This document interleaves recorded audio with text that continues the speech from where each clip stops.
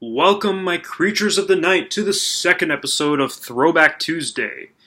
I enjoyed doing last week's episode. I wanted to thank each and every one of you for the reception that you guys gave me after the episode. All the comments and stuff, I read each and every one of them, and I thank you guys for that. This week's theme is very similar to last week's theme, but in a way it's a little different. This week's theme is I'm going to do 10 albums that changed the world of heavy metal. 10 albums that were innovative. 10 albums that really shook up the world. 10 albums that shook everything up in the metal world. So we're going to jump into things here with Throwback Tuesday. Number 10 is Queensryche with Operation Mindcrime. This album is a masterpiece. This album is one of the most innovative progressive metal albums of all time, probably one of the greatest. I sound like a news reporter. This album influenced progressive metal bands in the future such as Dream Theater. This album really changed metal. It took that hair metal stuff that was going on in the 80s and incorporated a progressive rock into the mix to create what was known as progressive metal. It's an amazing album. Queensryche was on top of the world, man, and this album is one of the most defining concept albums of all time. I'm not exaggerating. I'm being serious.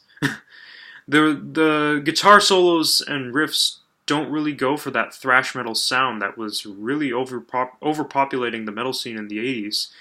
It's more influenced by old school bands like Iron Maiden and most of the British heavy metal bands, actually. But yeah, everything is kept short. There are no ridiculous 15-minute solos or anything like that. While Jeff Tate's vocals rectify greatness. You can hear a lot of Bruce Dickinson in his voice, which is really cool too. Despite being such a simple and easy album, though, it's incredibly intelligent and complex at the same time. That's what I love about progressive metal. But yeah, this is truly an amazing album. Progressive metal went on to become one of the most well-known subgenres of all time. You got bands like Tool, Dream Theater, Opeth, Mastodon, like Symphony X probably fits under that catalog. But yeah, number 9 is Possessed with Seven Churches. This is probably one of the first death metal albums ever made. Not the first. I don't know if it was the first, but it was definitely one of the first.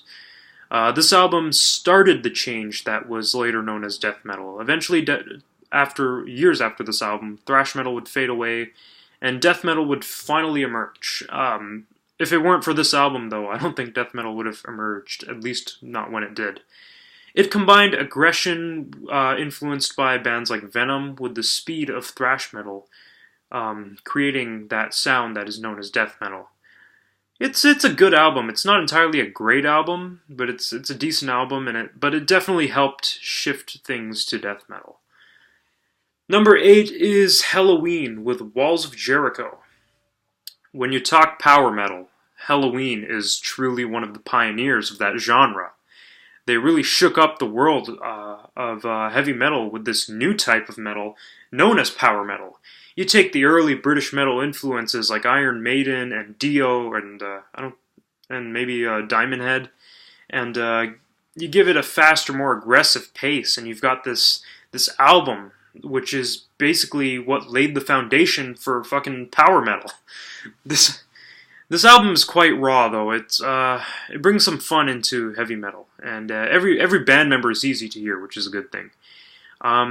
Heavy Metal is the Law is the song off the album that I highly recommend, and it really shows that fun side of them.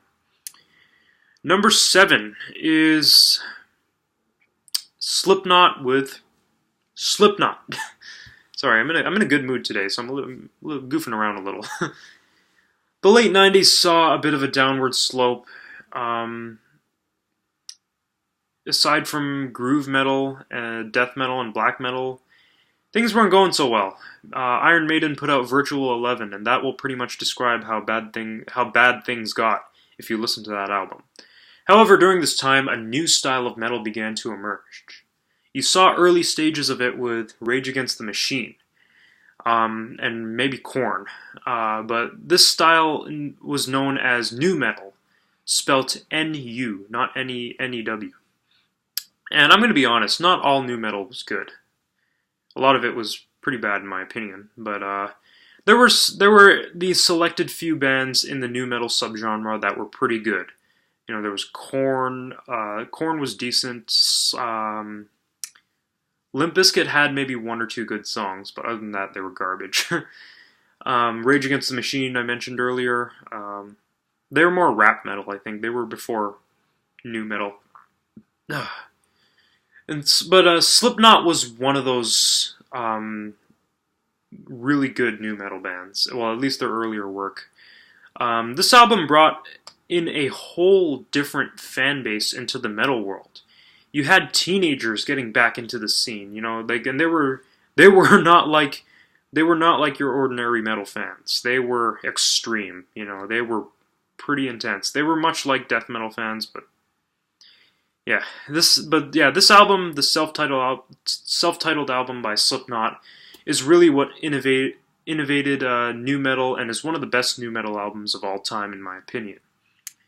Number 6 is Morbid Angel, Altars of Madness. I have reviewed this album before, so I'm not going to go too in-depth on it, but I will say that towards the early 90s, we started to see thrash metal lose its touch. It had begun to fade away. However, as thrash faded, death metal, doom metal, and black metal emerged.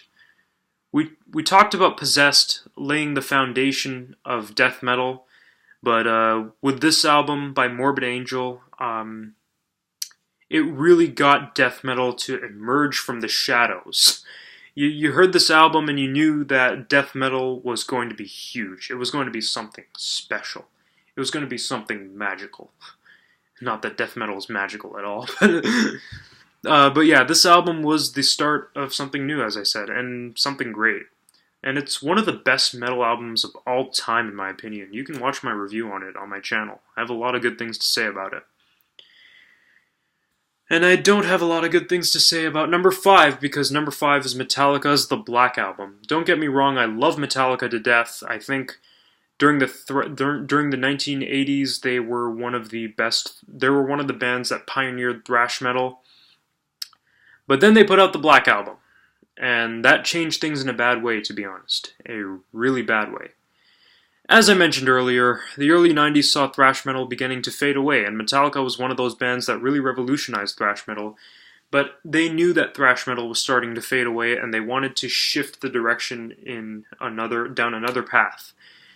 And this album was the last album to have somewhat of a reminiscent of that true thrash metal Metallica sound for quite a while. This album also saw Metallica achieving commercial success, thus expanding their fan base to the mainstream audiences, which really didn't make it cool to listen to Metallica anymore during that time. And then after that album, they put out Load, which was completely different than anything they'd ever done, and it actually angered some fans. This album is truly what killed thrash metal, next to Diabolus and Musica by Slayer, but that was way past the death of thrash metal. But it's a good album, but it changed things in a really bad way. It's no And Justice for All, you know. Number 4, though, let's get back to the positives. Number 4 is Pantera with Vulgar Display of Power. Another style of metal was emerging in the early 90s, and this was known as groove metal. And this album by Pantera is what really helped groove metal emerge from the shadows. I always say that, emerge from the shadows.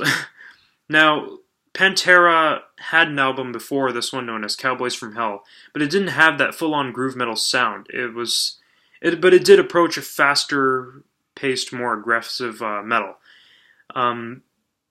And before that, they were a glam metal band, unfortunately, and we're not going to talk about that. But they really brought out that groovy, aggressive, slower-paced sound, especially with Dimebag's guitar work on this album. And it really got fans into this band, and it really kicked off groove metal, you know. Number 3 is Iron Maiden's Number of the Beast. It isn't just this album that changed the world of heavy metal. It's this band.